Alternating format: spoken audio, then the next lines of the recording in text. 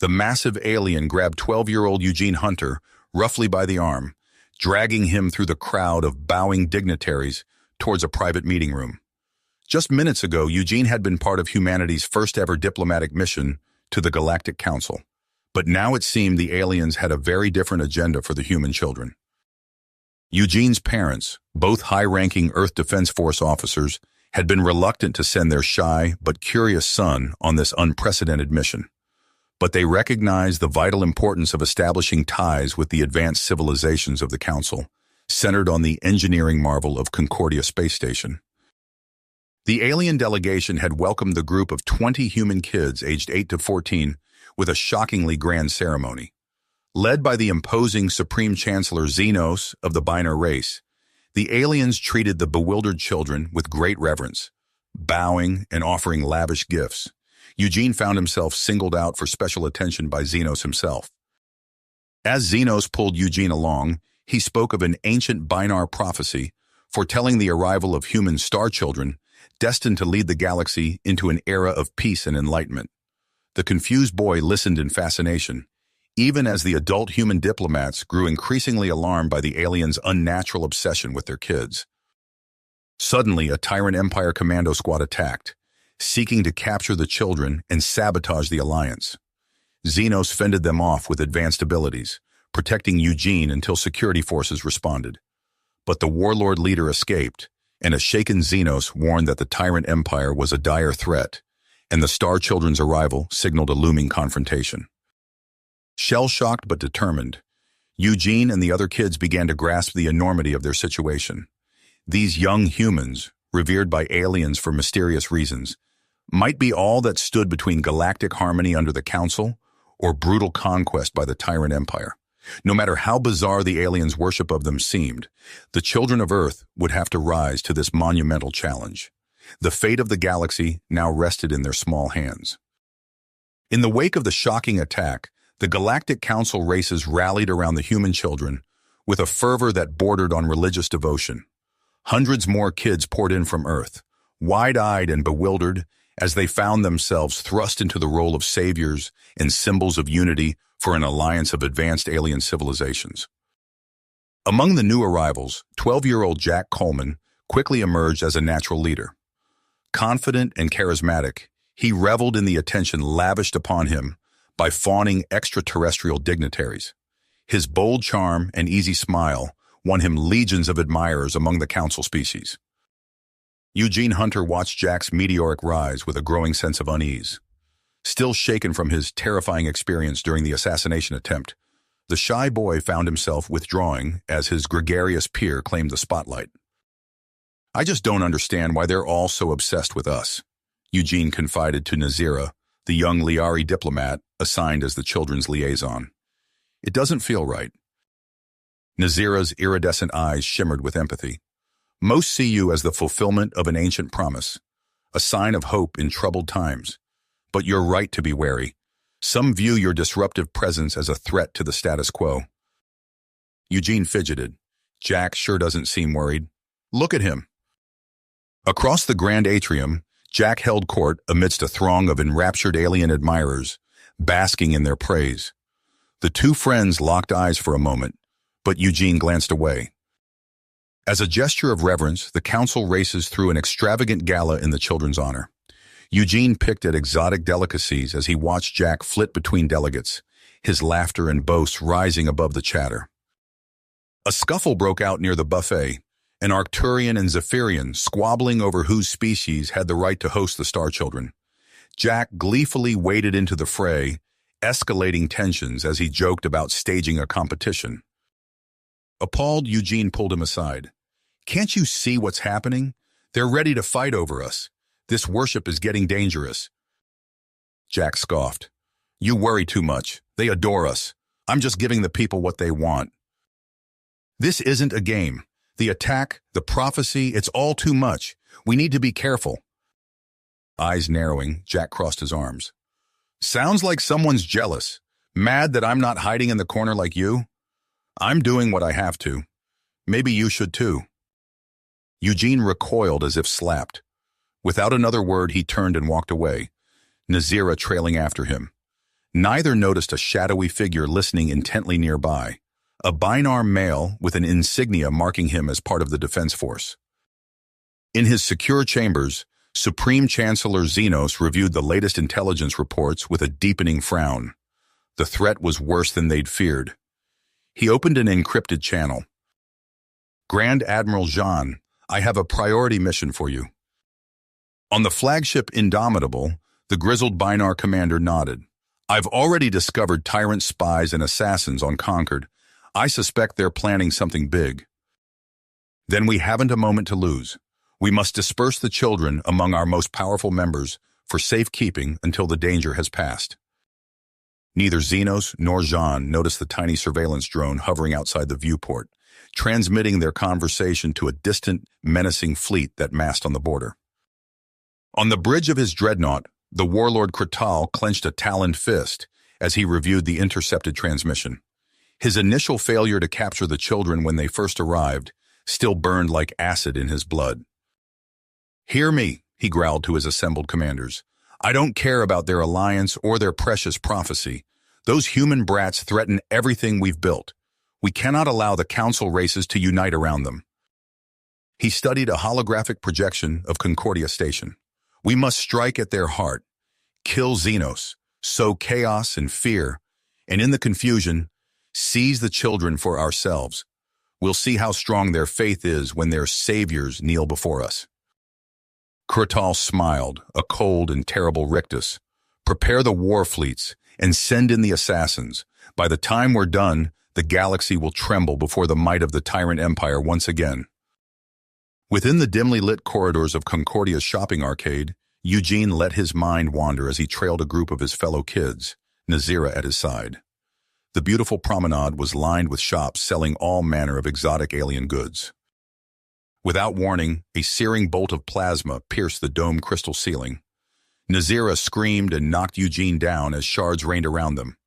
Alarms blared, and emergency bulkheads began to slam shut all along the arcade. A pack of hulking armored figures stalked out of the shadows, energy blades igniting with a menacing hiss. Tyrant assassins, heavily armed and merciless. As panicked shoppers fled, the killers locked onto Eugene's group and advanced. In the chaos, Eugene found himself cut off from the main body of children, along with Nazira and a handful of others. They sprinted down a maintenance corridor, desperately trying to evade their relentless pursuers. Back in the council chambers, Xenos staggered as a trio of blades pierced his torso.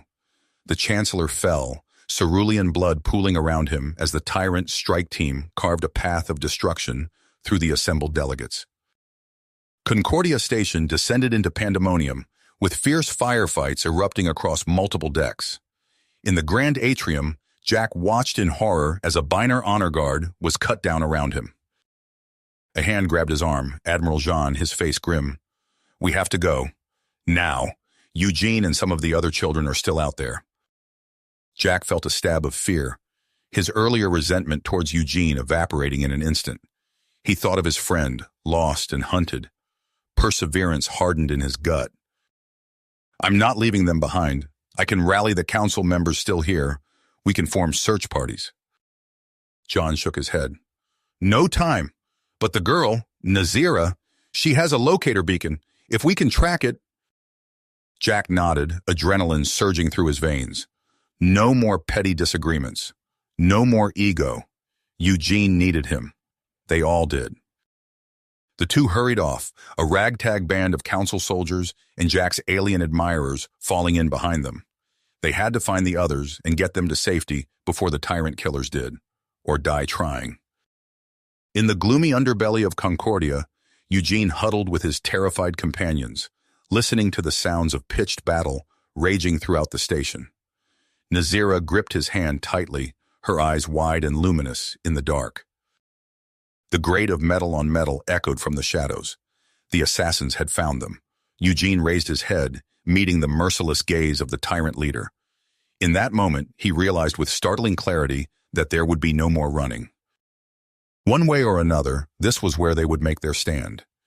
He squeezed Nazira's hand, surprised to find his fear receding, replaced by something else, something that felt almost like purpose.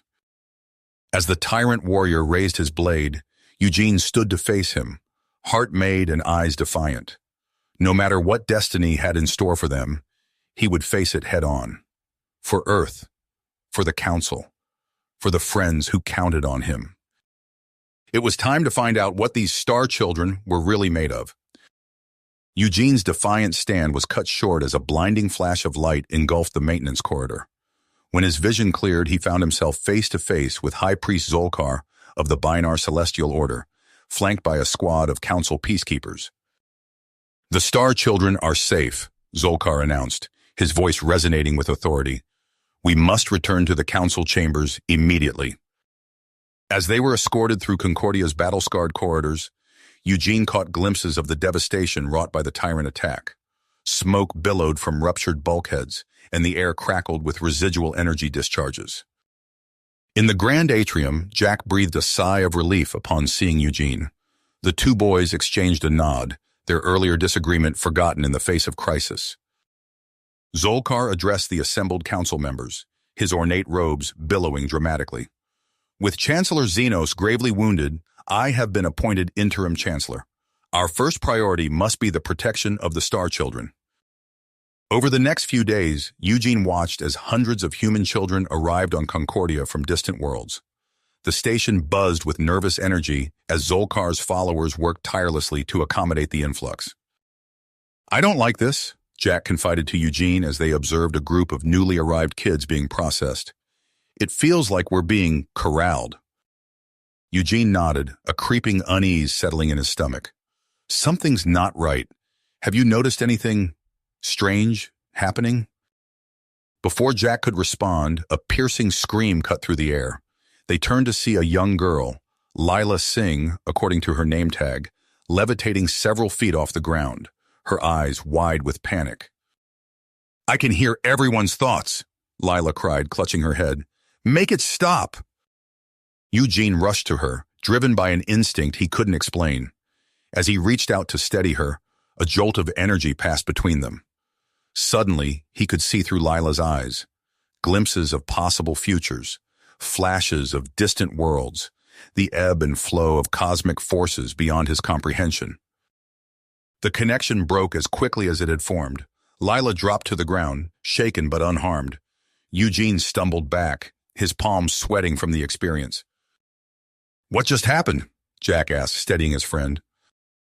Eugene shook his head, trying to process the flood of new sensations. "I'm not sure, but I think we're changing." As word spread of the children's emerging abilities, Zolkar grew increasingly zealous in his proclamations of their divine nature. Eugene couldn't shake the feeling that the High Priest was hiding something behind his benevolent facade. Late one night, unable to sleep, Eugene found himself drawn to the medical bay where Chancellor Xenos lay in a coma.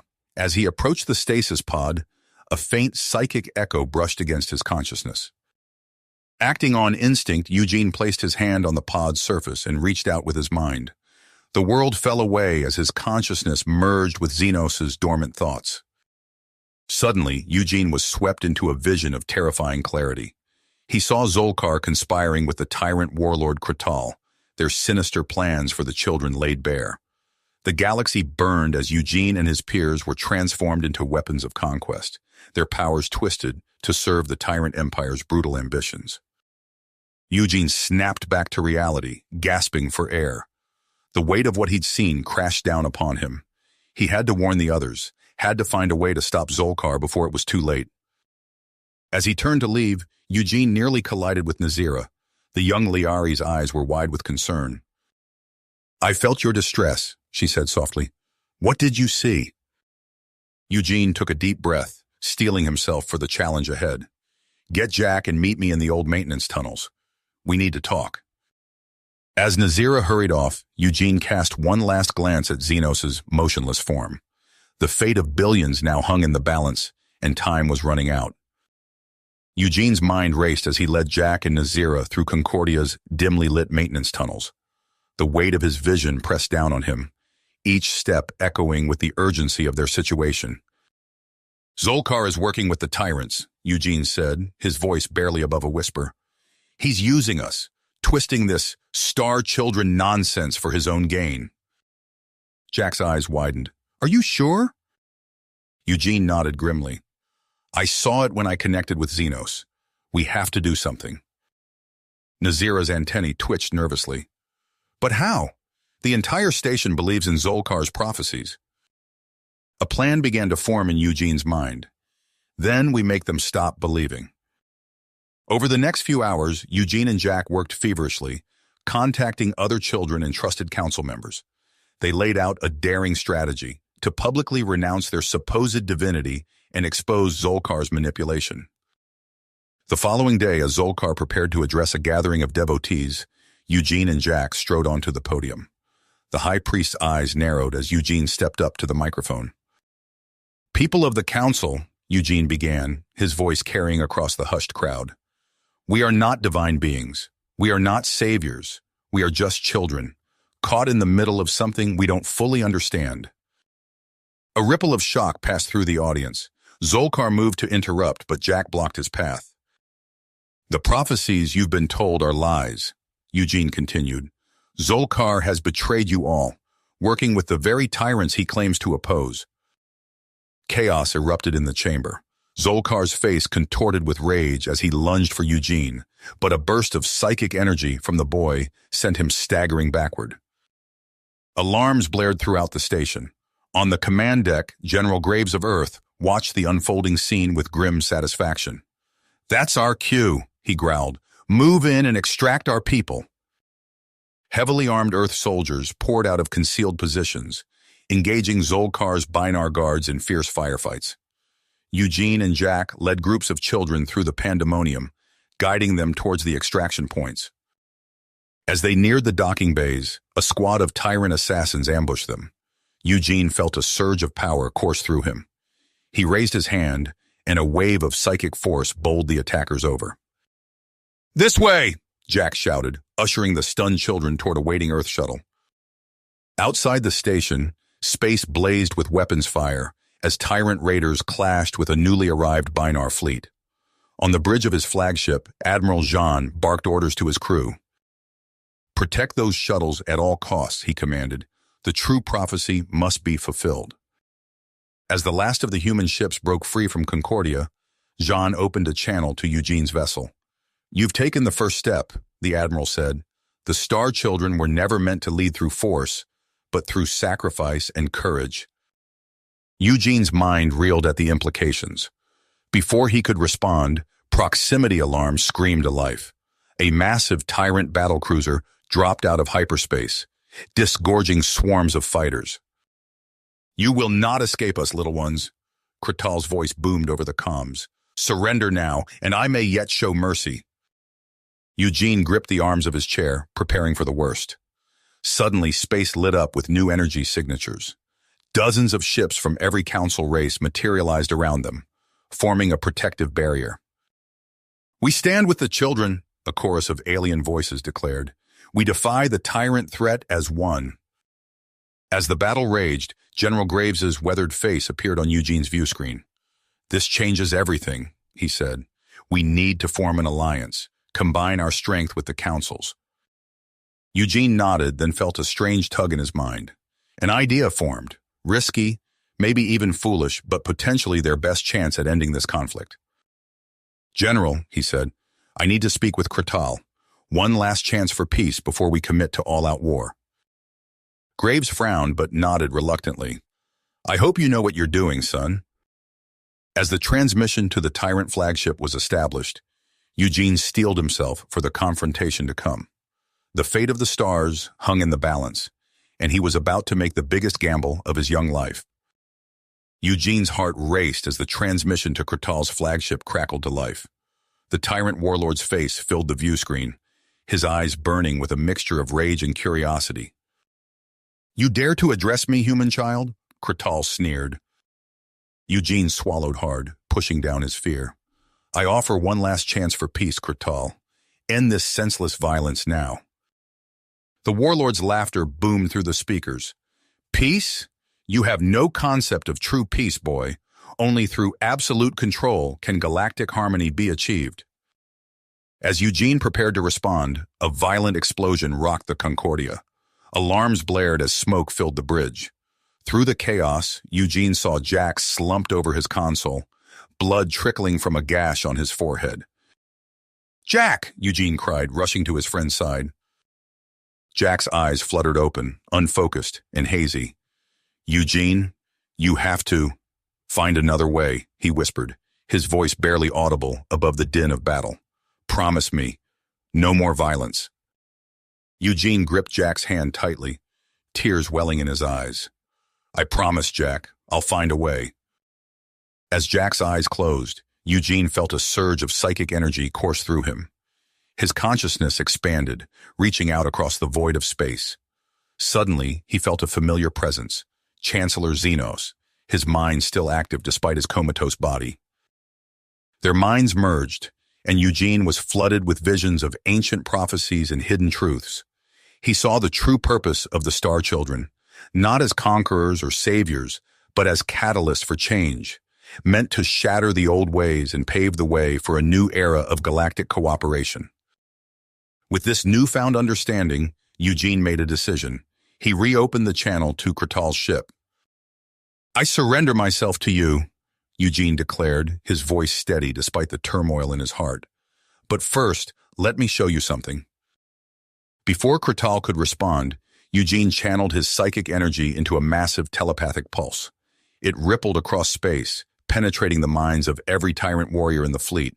Eugene's message was simple but powerful, a vision of unity, of a galaxy free from the chains of blind obedience and false divinity.